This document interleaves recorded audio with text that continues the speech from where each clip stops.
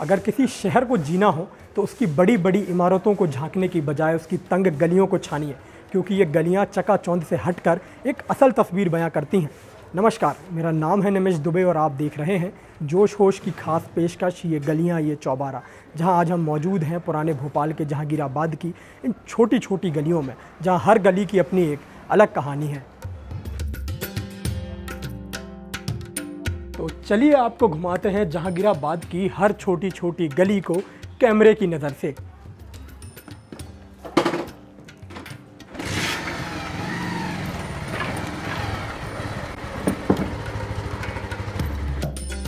अब तक आप समझ गए होंगे कि हम जहांगीराबाद की खूबसूरत गलियों में हैं। इस वक्त जहां से हम गुजर रहे हैं, PHQ की ये बिल्डिंग कभी ब्रिटिश भोपाल आर्मी का दफ्तर हुआ करती थी, जहां ब्रिटिश मेहमानों के रुकने के लिए आलीशान बंगले, घूमने के लिए बागीचे व मनोरंजन के साधन मौजूद थे। वहीं अगर आप PHQ की दूसरी तरफ नज़र दौड़ाएंगे तो आपको नज़र आएगा लाल परेड मैदान। इसकी मिट्टी लाल है, इसीलिए इसका नाम भी लाल परेड मैदान है। भोपाल का हर बड़ा आयोजन यहीं होता है।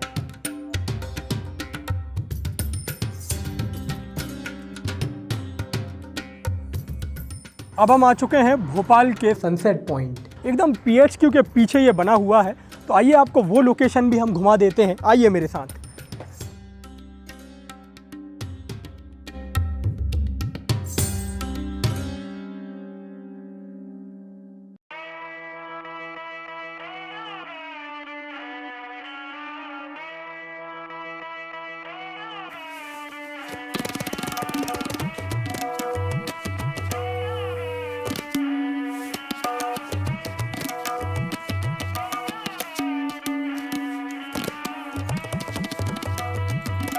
इस वक्त हम आ चुके हैं भोपाल के मशहूर मिंटो हॉल, यानी पुरानी विधानसभा।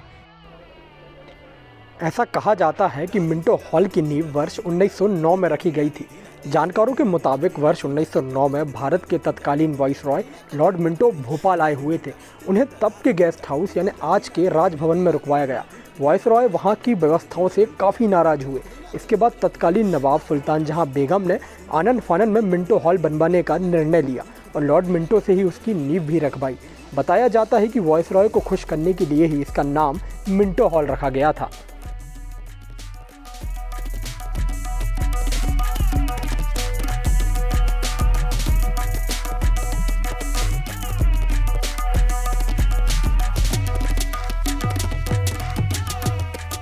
ये जो आप बड़ी सी इमारत देख रहे हैं, इसकी जगह कभी भोपाल का मशहूर लिली टॉकीज हुआ करता था।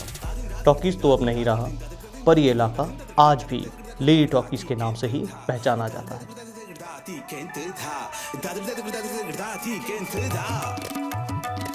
जिस जहांगीराबाद में हम घूम रहे हैं, इसके बनने की एक अलग दास्तान है।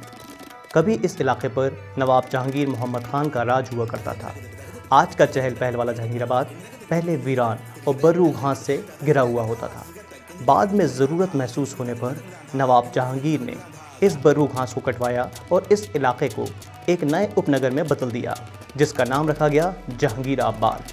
कहा जाता है जो लोग यहाँ पीढ़ियों से रहते आ रहे हैं, वो अपने आप को बर्रू काट भोपाली कहते हैं।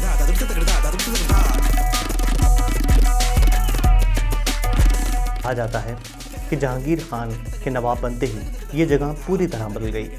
कभी जिस जहांगीराबाद में खुशनुमा माहौल हुआ करता था, वही जगह अब नवाब जहांगीर के मनोरंजन का अड्डा बन गई थी। नवाब जहांगीर काफ़ी रंगीन मिजाज के आदमी थे। मदिरा पान, नाच गाने, शेरों का शिकार जैसी चीज़ों के बहुत शौकीन थे।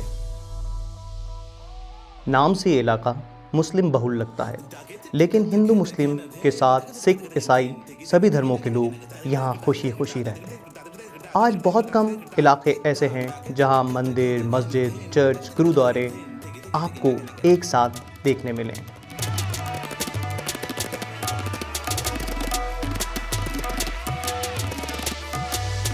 दिन भर घूमने के बाद ये तो समझ में आ गया कि तंग गलियों और कुलियों के घने जाल से मिलकर जहांगीराबाद बना हुआ है।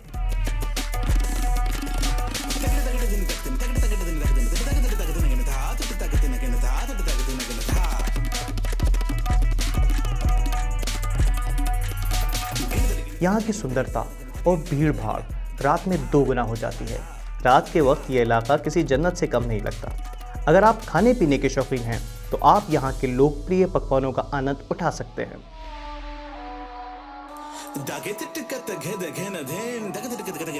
और ये है यहाँ का स्ट्रीट मार्केट जो कि कपड़ों की क्वालिटी और कीमत के लिए फेमस है। नए भोपाल के लोग कितनी बड़ी बड़ी बातें कर लें, आखिर में आते जहांगीराबाद के इन बाज़ारों में ही हैं। जैसे ये दुकान है भोपाल में, लेकिन इसका नाम है बुरहानपुर स्वीट्स। ये अपनी मावा जलेबी के लिए नए भोपाल तक लोकप्रिय है। तो भैया दिन भर जहांगीराबाद की इन गलियों में घूमने के बाद एक बात तो साफ है कि जो रौनक पुराने भोपाल में है वो नए भोपाल में कहाँ। अक्सर बढ़ते शहरीकरण के इस दौर में पुराने इलाकों को हीन भावना की दृष्टि से देखा जाता है, लेकिन यहाँ आने के बाद आज पता चला कि असल जीवन बड़ी बड़ी इमारतों में नहीं बल्कि इन छोटी छोटी गलियों में है। इसलिए जब भी आप भोपाल आएँ एक बार पुराने भोपाल का लुत्फ़ ज़रूर उठाएँ। आज की इस वीडियो में इतना ही। वीडियो कैसा लगा कमेंट सेक्शन में ज़रूर बताएं और देखते रहें जोश होश को।